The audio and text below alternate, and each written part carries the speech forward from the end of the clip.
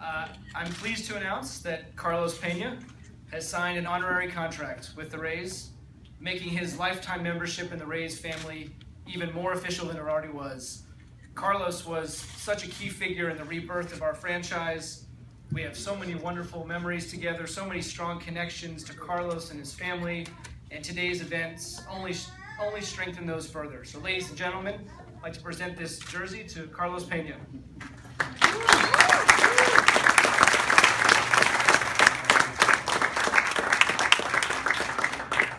Go Rays.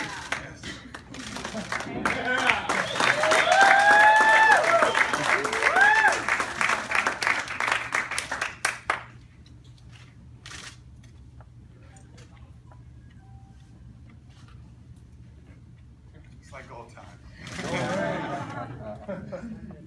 Yours feels good. Yes.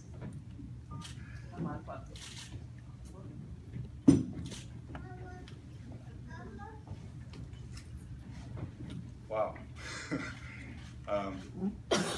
If I may. Oh, please.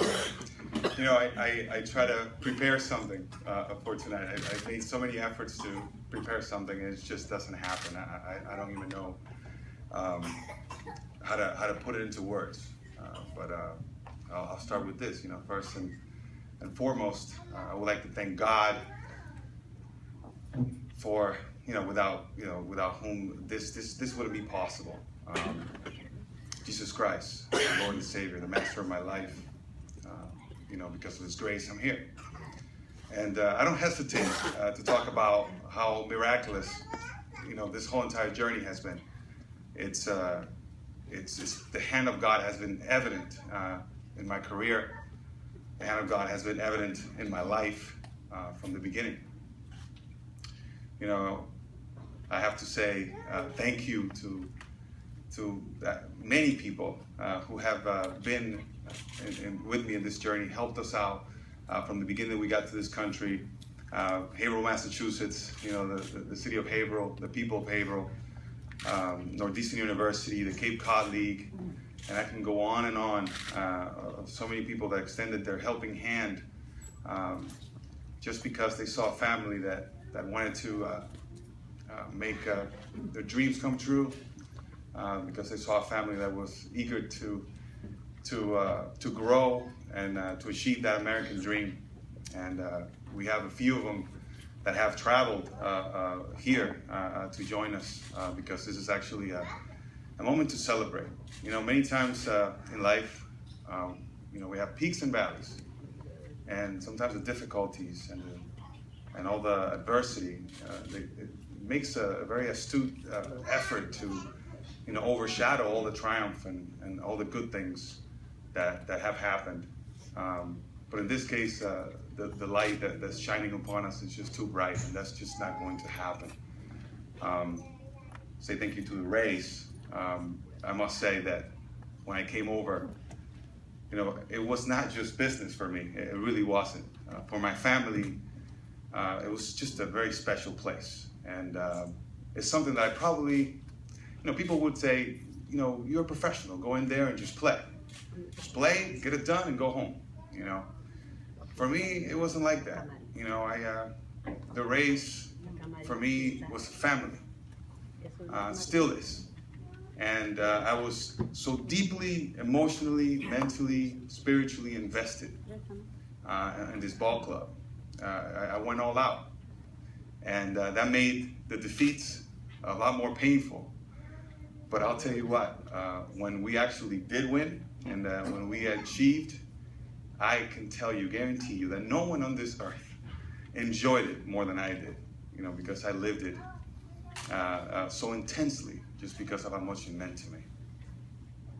This time also, I must, my family, my mom, my dad, who sacrificed themselves to bring us over to a new country, leaving their dreams behind at times, and maybe their own plans behind. They said, no, our kids are number one, and we're going to go to the United States and give them, go to the land of opportunity, right, and just give them a better future. And I will be forever grateful, for Dad, for his instruction. Dad used to celebrate even my foul balls, which was awesome, when I was in Little League. And even though I couldn't hit the ball forward, he used to just say, man, son, that was an unbelievable foul ball. You crushed that foul ball. Great foul tip. And I used to just walk home encouraged. Thank you for being so relentless with that. Encouraging me. Even when reality, all that really truly matters is what you thought of me.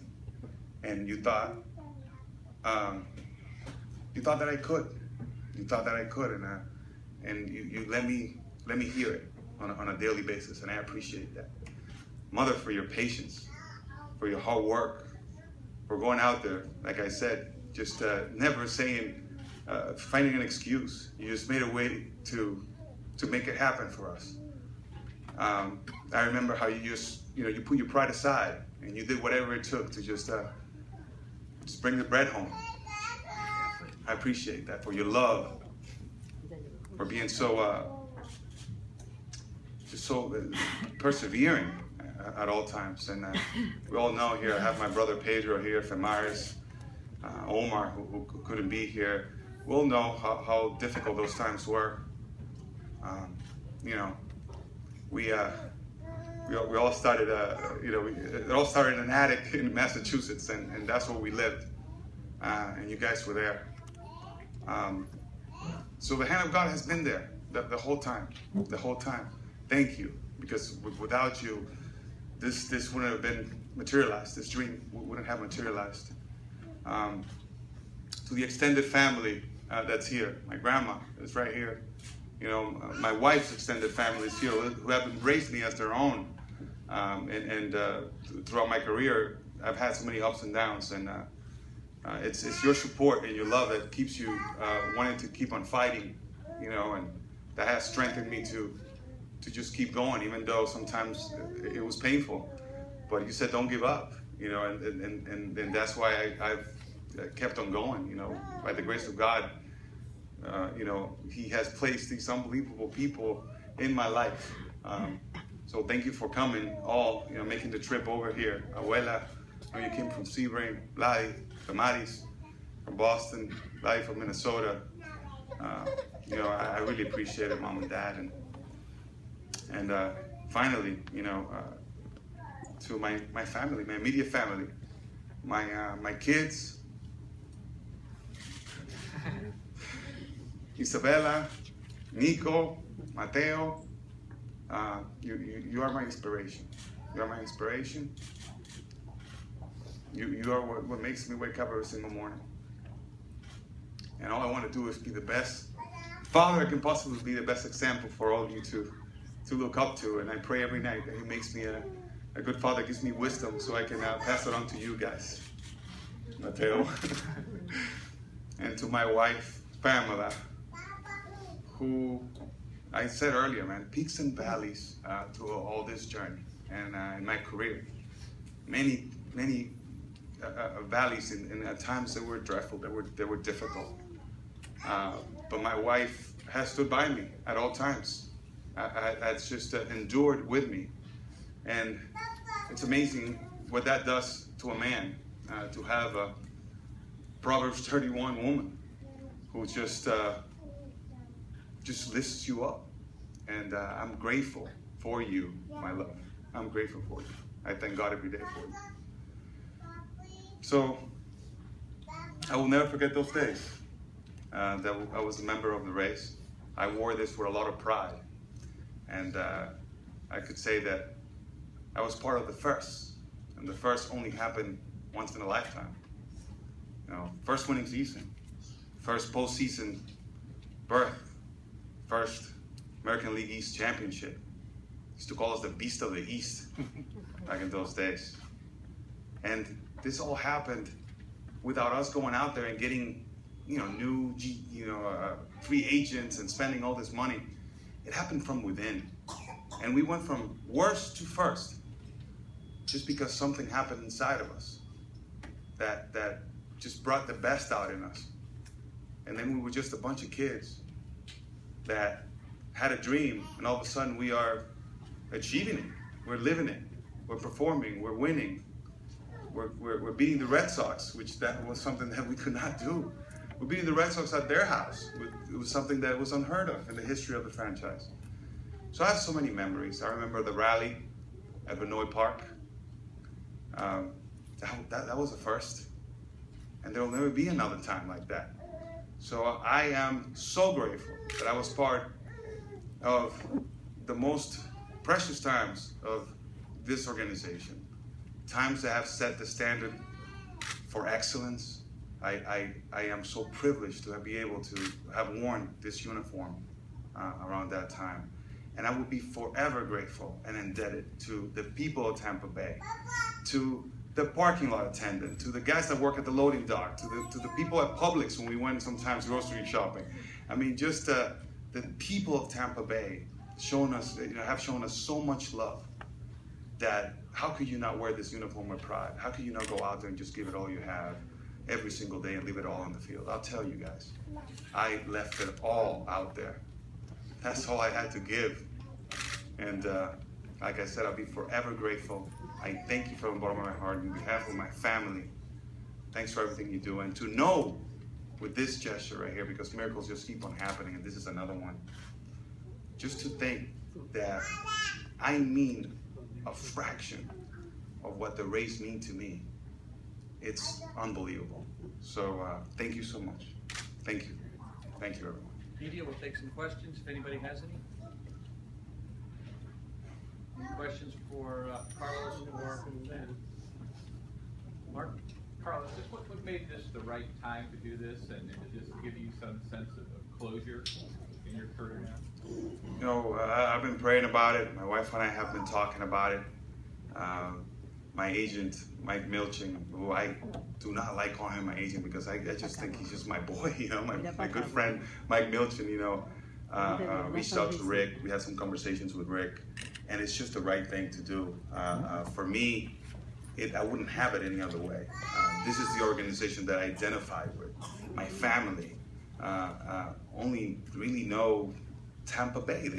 That's where they identify my baseball career, my kids. The beach, Madeira Beach, you know, then rolling over to the ballpark. Just the way that people were so warm, not only to people, to my kids, to my wife. I mean, we have so many friends here that it's just amazing to me that I cannot turn a corner without seeing a familiar face and giving them a hug. So we literally, you know, when we walk around tonight, we'll probably be 1,000 hugs down, you know, at the end of the evening, and that's because of the people that we have around. So Tampa Bay was just a wonderful experience, a dream come true, and a culmination of my childhood fantasy and childhood goals and childhood dreams. Any other questions? Andy? I remember, Los, you told us once on the radio that the most focused you ever were on a baseball field was the at-bat against Hamels in the rain in Game 5 of the 08 World Series. You single left center, we tie the game, BJ scores in the mud. When you look, now that the career is over, is that the most focused still when you look back at your whole career? Was that the most focused you ever were on the field?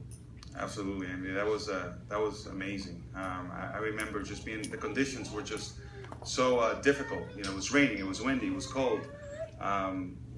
We had heard the game was about to be called, and that was, if anything, we practiced so much to focus. We practiced how to breathe, how to focus, how to calm down, how to relax on the difficult situations, and that one was exactly the you know, all that you can put as far as difficulties was concerned. And I remember thinking to myself, just let go, you know, let go, you know, see the ball and trust, and to be able to achieve that under those circumstances, that's why I say that was my most, the time that I was able to focus the most or the best, and everything, all those years of practice just came to that moment, and I actually got a single to left field, which was not often when I went that way. So it was like everything just clicked perfectly, and driving in BJ and the whole, you know, when I watch that video over and over again, I see BJ just kind of splashing water, mud going everywhere, and I get to first base, he scores, and I give it a pump fist. I'm like, wow. I say, thank you, Lord, because I was able to experience this. And this is just one of many, but definitely that was the most I've ever, the best I've focused, I think, on a baseball field. Mark? Matt, just what was the organization's view on being receptive to this when Carlos and his friend suggested it? Just look at the smile on Carlos's face. That's what the years were like when we were winning.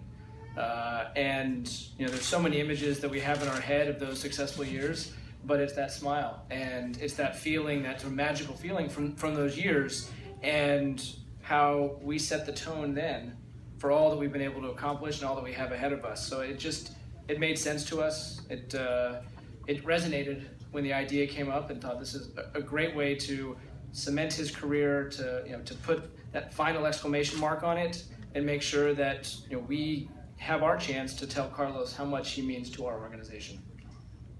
Thank you. Any other questions? Carlos, I know you talked about all the people that helped, but can you talk about getting the opportunity? I mean, you wouldn't have had that 2007 season if Greg Norton hadn't gotten hurt at the end of spring training, and can you talk about making the most of that opportunity?